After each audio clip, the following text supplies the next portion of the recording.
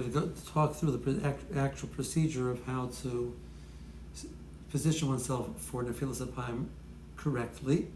We mentioned already in the shiur that there really are 4 elements a person has to be aware of when we're doing Nefilas Apayim. The first point is that the person should be leaning going downwards, as opposed to a person who does something like this. They're not leaning forward at all. That would not be the correct position for Nefilas Apayim, because you have to be Nefilas Apayim, you have to lean forward. So that's the first point that a person has to be aware of. The second point we mentioned was that there should be kisi panim, the person's face should be covered. And we mentioned from the poskim, they said that's referring to not your forehead, but your face. So you want to cover not your forehead, but some people do. We'll do something like this, where they're really just covering their forehead. Now, we did mention that which require kisi panim is a Magen Ram Shita, and there's others that disagree. There's no need for kisi panim.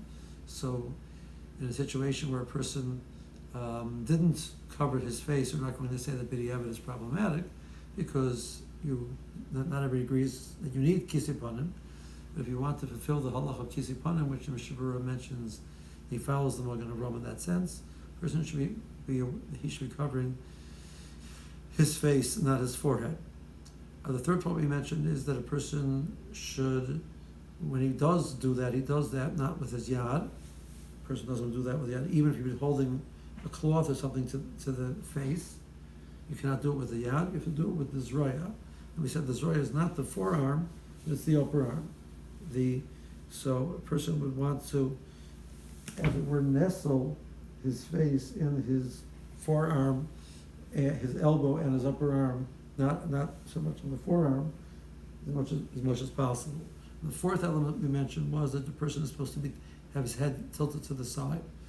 So putting everything together, when a person is doing the Nefilas Apayim on his left arm, which is the preferable arm,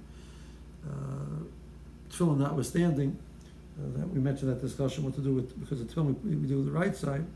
So a person would be leaning forward, tilting his head to the side, and nestling his face and covering his face in his elbow and his upper arm. That's what the person who's a righty will be doing that by chakras, because that's he wears his tefillin. He wears his tefillin on his left arm. He would be using his right arm, but by mincha he will be using his left arm, and that's how he would do it. By chakras, because he's wearing a tefillin on his left arm, so he would be doing that the same thing with his right arm, and he'd be tilting his face towards the left. So he'd be leaning forward, and that's covering his face with his upper arm and elbow as much as possible. And so you have kisi panim, you're leaning forward, his head is tilted towards the left. The last point that we mentioned was that a person could position himself that he's facing towards Aron Kodesh. So let's say the Aron Kodesh, the person is sitting in the Mizrach, so the Aron Kodesh might be to his left or to his right. Let's say the Aron Kodesh is to his left, so by mincha. So by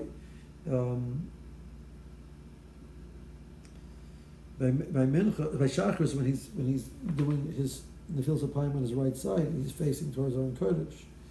By mincha, he's doing this, he's facing away from the Aron Kodesh. So we said that the chazan really should try and position himself always towards Aron Kodesh. Other members of the shul are not required to, but they have an option. He can then sort of turn his chair and do the same thing.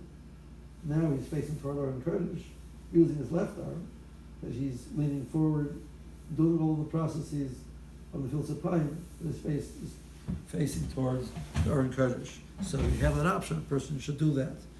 And then the last point we mentioned is preferably Nefilas Apayim should be said seated as opposed to standing. So we are seated in this situation, and again we're going to accomplish that you're leaning forward. You're doing, that's number one, you're doing kisi panim. Number two, you're using your zroya, which is the upper arm. Number three, and you're tilting your face to the side.